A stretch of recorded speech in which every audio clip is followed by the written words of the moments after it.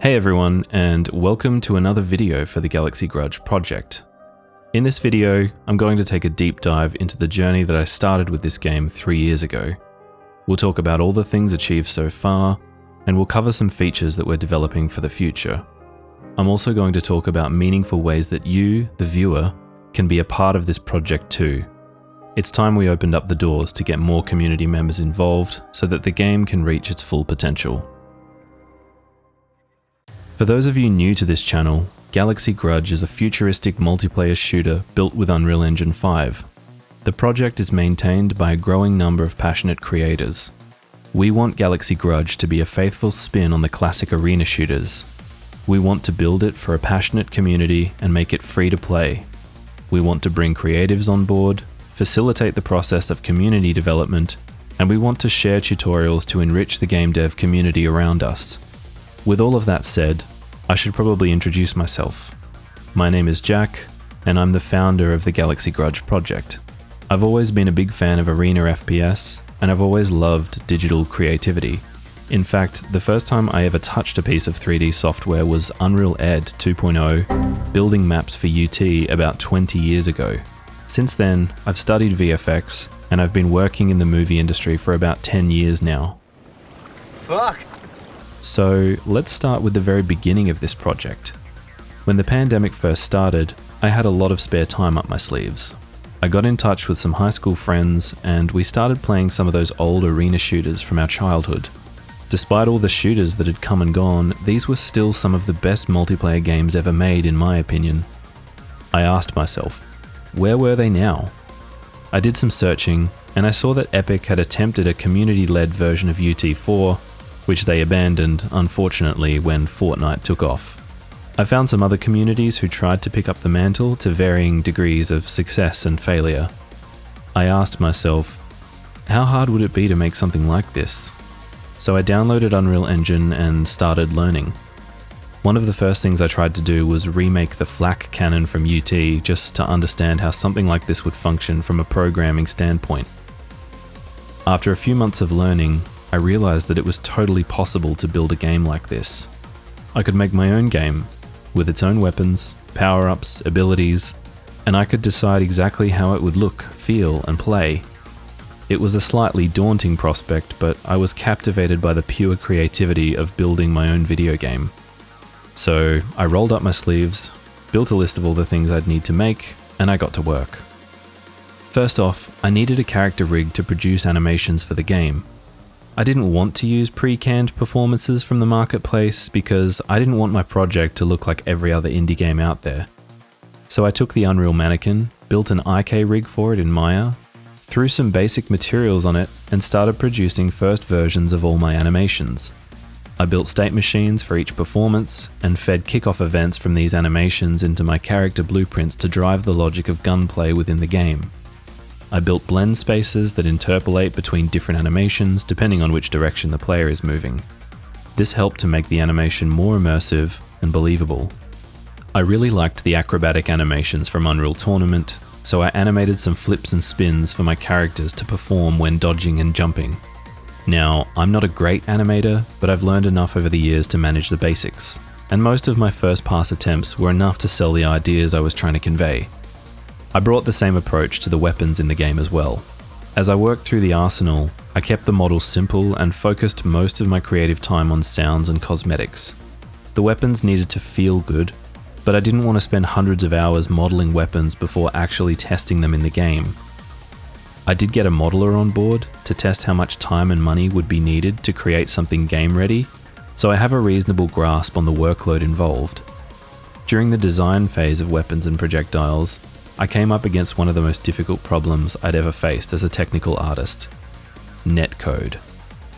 It's probably worth focusing on this for a moment. As an intermediate programmer, I'd only ever designed code to run on one computer at a time. But multiplayer games require code that operates on many computers at once. These machines have to communicate with each other, sharing critical information about the game, and different permissions need to be applied to different machines on the network depending on which part of the game is being shared. There are different communication protocols, different levels of reliability when transmitting information, different types of data that take up different amounts of space on the network, and there are literally hundreds of ways you can ruin network performance by making one bad decision along the way. This literally took me months to fully wrap my head around, and I still remember it as the biggest challenge to overcome on this journey of learning how to make a multiplayer game from scratch. It was tough, but I got through it, and the perseverance to actually understand how these systems operate allowed me to really optimize the performance of the game. The goal was to produce a game that runs well with many connected players, where the underlying technical systems wouldn't distract from the game's cosmetics. Speaking of cosmetics, I realized that I needed to take advantage of Unreal's post-processing system. When you're playing modern video games, you'll notice many overlays and screen effects during gameplay. In Unreal, these are called post-process materials. You can apply these over the game's viewport, and you can use them for things like liquids on the screen, weapon scopes, blood, health. Pretty much any time you want to add visual flair or feedback to the viewport. The power of these materials is difficult to exaggerate. You can use them for simple overlays, but you can also do more complex things like holographic distortion or applying dynamic textures to the entire world. I also built out a fairly elaborate gib system to explode players with various weapons.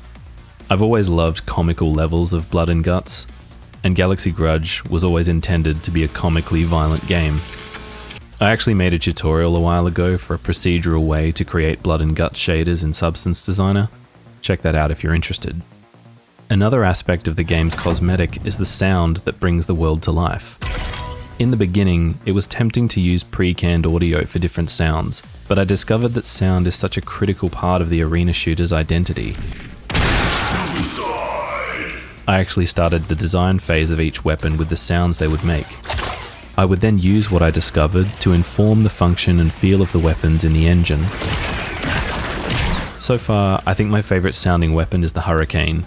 It's a plasma machine gun with a powerful grenade launcher.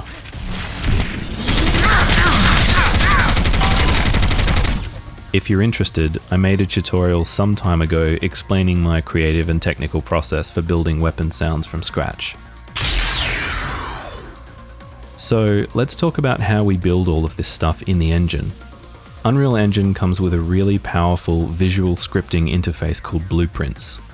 This system actually enables you to start building games without ever needing to do any coding. Under the hood, Unreal is built in a language called C++. When I first opened Unreal Engine, I only had experience coding with Python, so having access to Blueprint was a huge weight off my shoulders. One of the benefits of a visual interface like this is that people can start learning about the architecture of the engine without needing to spend weeks or months learning a new coding language. You can do a lot with Blueprint, but you can't do everything. The great thing about Unreal is that these things can coexist in a really powerful way, allowing you to draw on the benefits of both simultaneously. As an example, I have a weapon which fires a line trace on every single frame so the game knows where the player is hitting. Since this function might be happening hundreds of times every second, depending on the frame rate, it made sense to move this logic over to C++ for faster execution to make the game more performant. In summary, C++ is essentially a way of getting more frames per second. So let's talk about where the game is currently. At the moment, we have a main menu, a multiplayer menu for creating and finding games, a player settings menu, and a control mappings menu. We have one map called Facility, where all of the game's weapons and pickups are currently being tested, and we're working on a simple deathmatch game mode. At the moment, we have a preliminary build of 9 weapons with 2 more to go to complete a first pass on the full arsenal. We have health pickups, ammo, armor, doors, elevators, and a number of liquid volumes like water and lava that people can interact with in various ways. We have some unique character abilities, such as launch pads that bounce players and projectiles, and we also have a skating mechanic that allows players to traverse large gaps for added gameplay chaos and interesting combat situations. So with all of that said, let's talk about the ways we can take Galaxy Grudge into the future. There are many things that still need to be done. We need to flesh out the rest of our weapons, We need to design and build more game modes. We need better models for our characters, weapons, and items. We need more maps. We need to turn our current grey box level into a photorealistic one to showcase all of our work. We need people to test the current build of the game and put it through its paces. We need creative feedback from anyone about anything. Furthermore, if anyone wants to join in and have fun with the game as it progresses, that's fantastic too. After all, fun is the entire reason that we're doing this. At this point in time, we have a Discord server with around 100 people contributing ideas, feedback, discussions, and many other things. There is an open invite in the description of this video which you can use to join us and get involved. The server has places for suggestions, questions, feedback, and ideas. If this sounds like fun, please come and join the community to get involved. We've had many ideas on our Discord that have turned into real game features, and many of my favourite ideas in the game have come from play sessions shared with other members of the community. So, if this sounds like something you'd like to be a part of, our door is always open. Just be aware that someone might be waiting on the other side of that door with a rocket launcher to welcome you. Welcome to a new arena shooter. Welcome to a future where planets battle for control over the solar system. Welcome to a community-driven project that puts fun and enjoyment above everything else. Welcome to Galaxy Grudge.